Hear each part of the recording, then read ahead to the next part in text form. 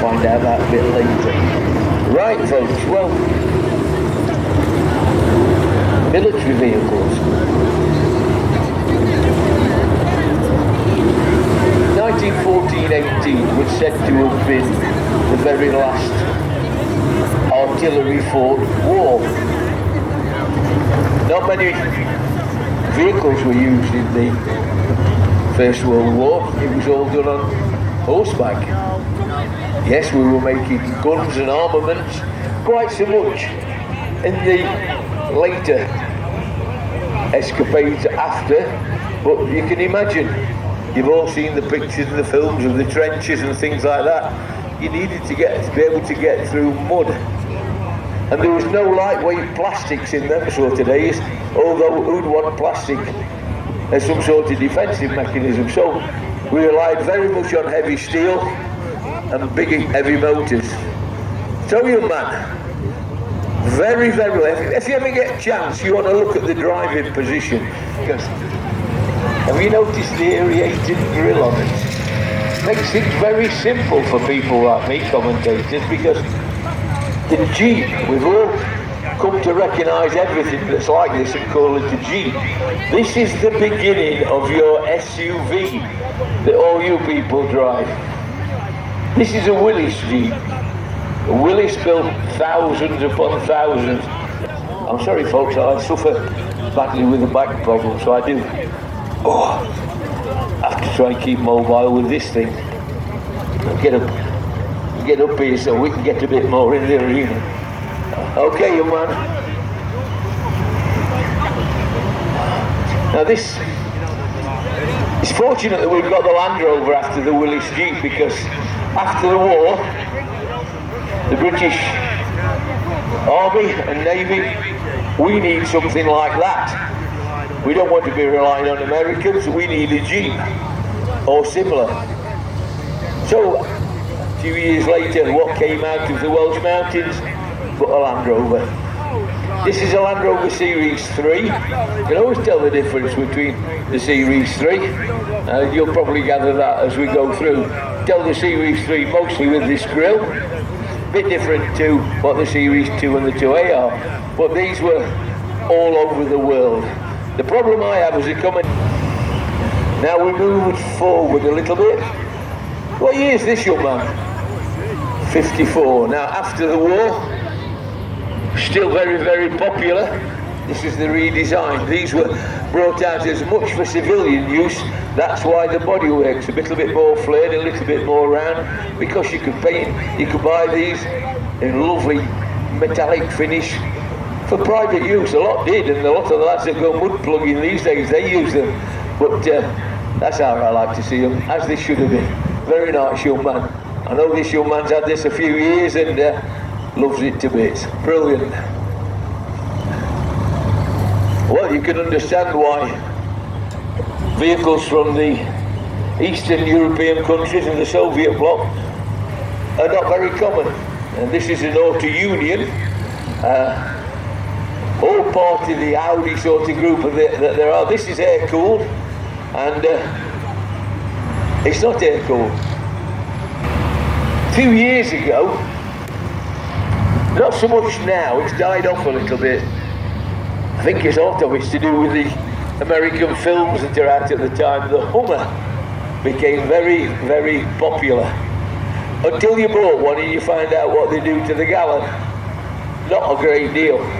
Very big, very wide, still used in a lot of the forces. This one's bought, this is purely for pleasure. But they're an awesome vehicle.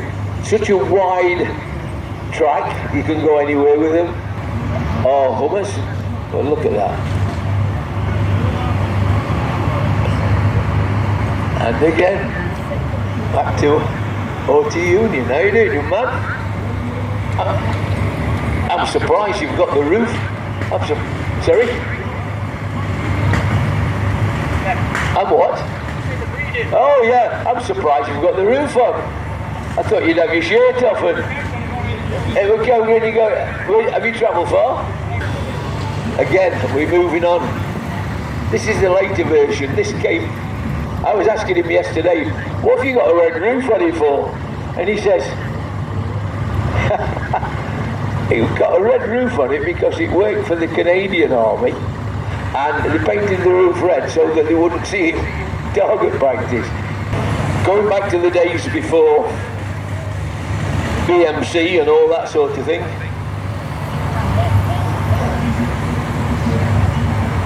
the people at BMC, sorry I meant British Leyland, this is about 1968, somewhere around that region.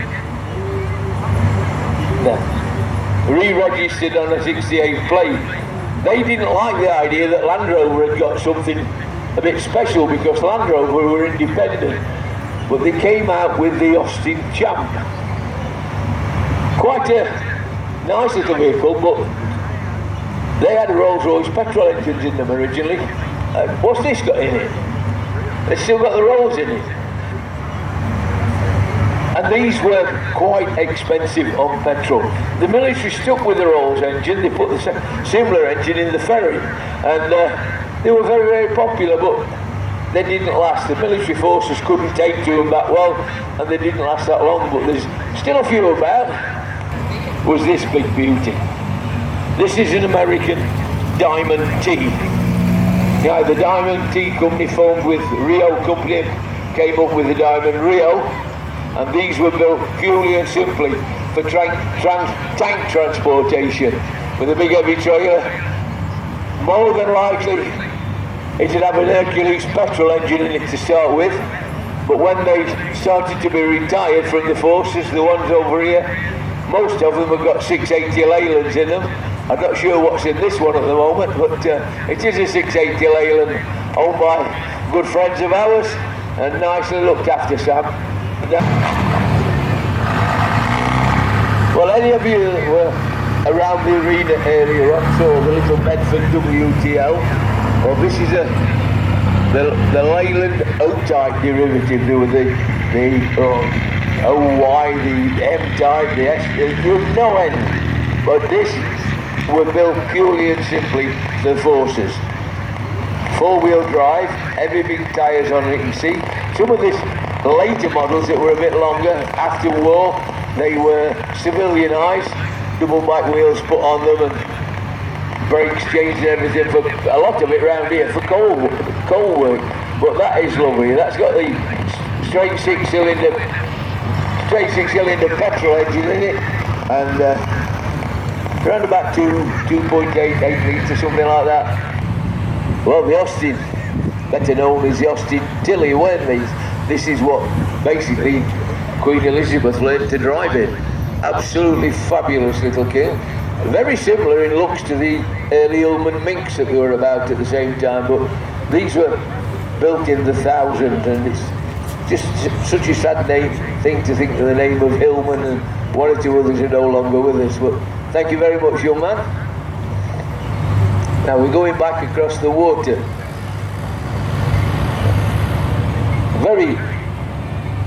People get mistaken and think these are Thames Traders because it's got a similar bonnet on the front, but it's actually powered by a Cummins diesel engine.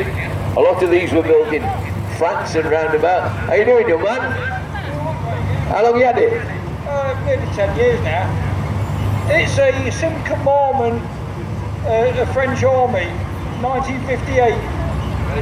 Any of you can know anything about French cars, you'll know that Simca made saloon cars for many, many years.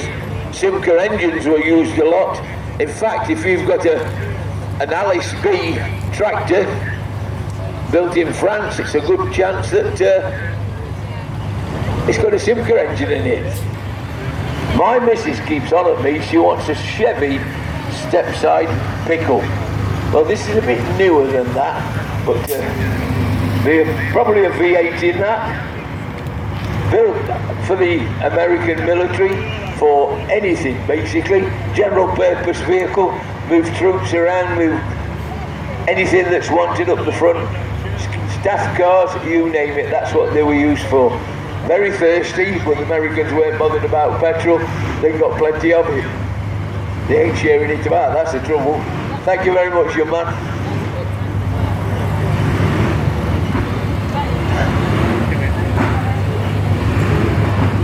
Now, this particular vehicle, there's lots of everything in this one. Dodge Brothers, Renault, all sorts of things went into in the breeding of this vehicle, if I'm being honest about it. They ended up in France and being made for the military, like this one was. But Renault, what engine's in that? Sorry? Yeah, you see, a lot of the military vehicles you'll have seen already. Now, Bedford. In the early 50s, the old type phased out and we came out with a civilian one, which was called the S-type, or a lot of people called it the Big Bedford. Then they brought this one out. You can tell the difference with the grille on the front, because a lot of these had the Leyland 350 in it. And not all of them, but some of them did. Some of them had Bedford's own engine in it. Some still retained petrol, but they didn't have this grille. They're a lovely, lovely motor. You notice, not the same. If you're familiar with the Green Goddess, you'll know the front is slightly different. They were all straight 6-cylinder petrol. Very nice, this young man. This is... Oh dear, dear, dear, dear. The things you can tell you about these things. Basically the same engine that was in that Austin Champ. Oh, you're pointing that thing at me again, are you? How you doing? All right. Come on, you tell them what it is. Well, it's a Daimler Ferry Mark II Stroke 3, served in Northern Ireland. That's why it's got all the mesh over the headlights and the mesh at the back to stop Brit sitting the commander. Have you ever caught your fingers in the fan at the back? No, I've been lucky enough to keep my fingers. These two gentlemen, how are we doing? You had a good weekend? Have you travelled far? South Yorkshire. South Yorkshire? Did you use your passport to get over the border? No, but don't tell my mouth. Oh dear. Come on, tell them a bit. It's 1995 Harley Davidson MT350, which is a licensed copy of the Armstrong MT500. Now, Harley Davidson thought they'll make a killing of these, so they licensed it, built a couple of thousand, and the American Army went, no, not interested. So these were all sold back to the UK, and this one served with 157 Logistics Support Regiment in Bromsgrove until withdrawal from service in 2002. Well, if you're going to go to a war-torn area, Bromsgrove's as good as anywhere, isn't it? Is there many of them about? At the minute, I can find out a couple of thousand. Is that? Yeah. Well, glad you've been, Ben. Have a safe journey home. Now,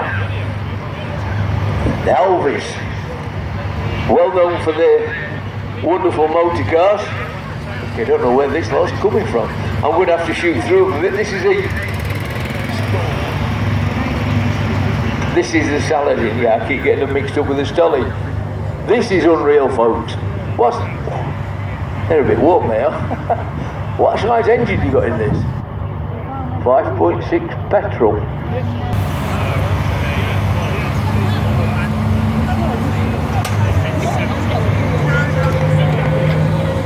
This is a Saracen.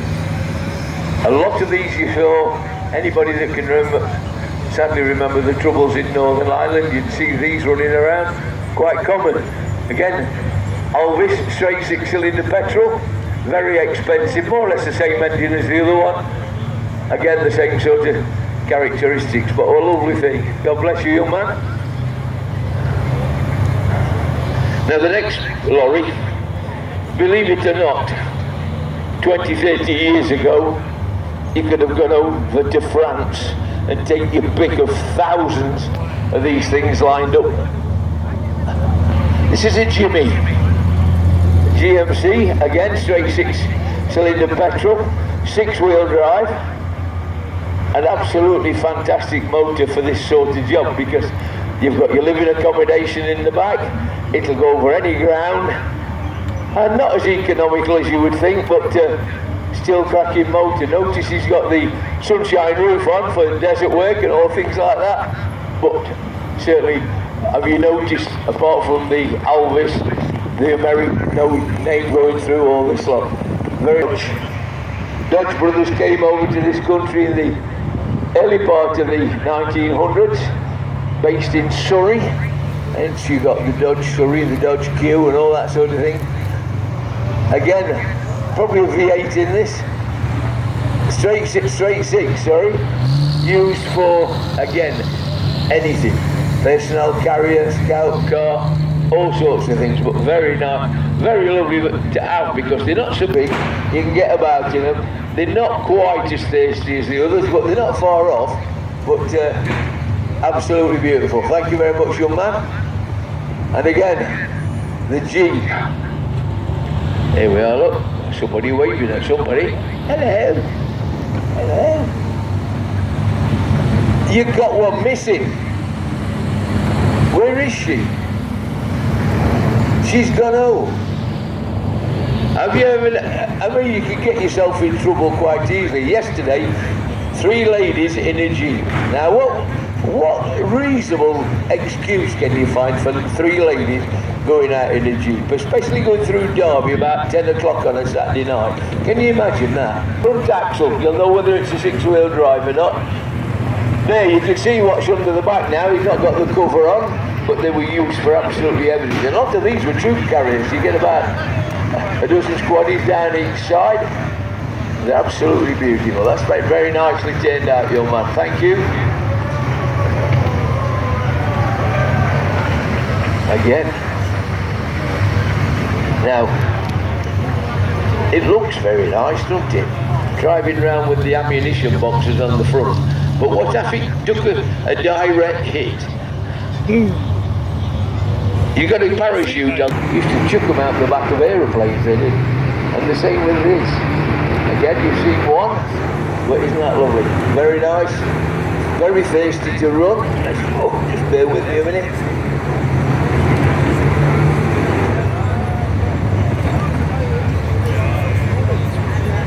Not many about? Yeah, I've seen the ferret and the dingo, but not seen many of these about. Straight 6.6 Rolls Royce petrol. Quickly. Another very nice Jeep. Are you just passing through, are you? Just passing through, are you enjoying it? Well, there's a pub open about a mile down the road, so you'll be alright. See you. Here we are again, look, the ferry. Very nice. 1965 Nottinghamshire, but that's its civilian number. What year is it, you know? It is a 65. This one's absolutely immaculate. Very nicely turned out, young man. You frighten the neighbours with it? Come where I live and frighten mine. Bless you. Again, the Jeep. Another Willis. Yep. Hey, old dress. Are you going to a fancy dress party or somewhere? Yeah, I tell you, you've come to the wrong place. You've kidnapped a British bird. What does a British bird think about that? Well, it's alright. Plenty of chocolate. I'm asking no more. Go on. Now, very unusual. Again, American. A white half-track. Notice the big winch on the front. Petrol engine normally in these. Straight 6 cylinder petrol. Very, very popular during the war because you didn't have the jerky steering of having to slew it on the truck. How are you doing? You look comfortable. You had a good weekend? Derbyshire, what do you expect? Where do you come from? Quite a beast. It's a Land Rover Series 2. Not a 2A, it's a Series 2. Slightly rounded wings to the Series 1 and headlights at the side. Registration plate tells me 1966, is that right? Look at the snorkel tube. This beauty. I was talking to these guys yesterday. They're right, young man. Come on, you know far more about it than I do. Right, this is a CBRT Samsung. It's built on a Scorpion chassis. Well, this is the recovery version, so there's not as many around as what there is the other types. But Jaguar made thousands of engines to go in military vehicles. A lot, believe it or not, of your 70s and early 80s fire engines went into fire engines by Dennis Brothers at Guildford. I know several of them, but they were quite quick but very thirsty.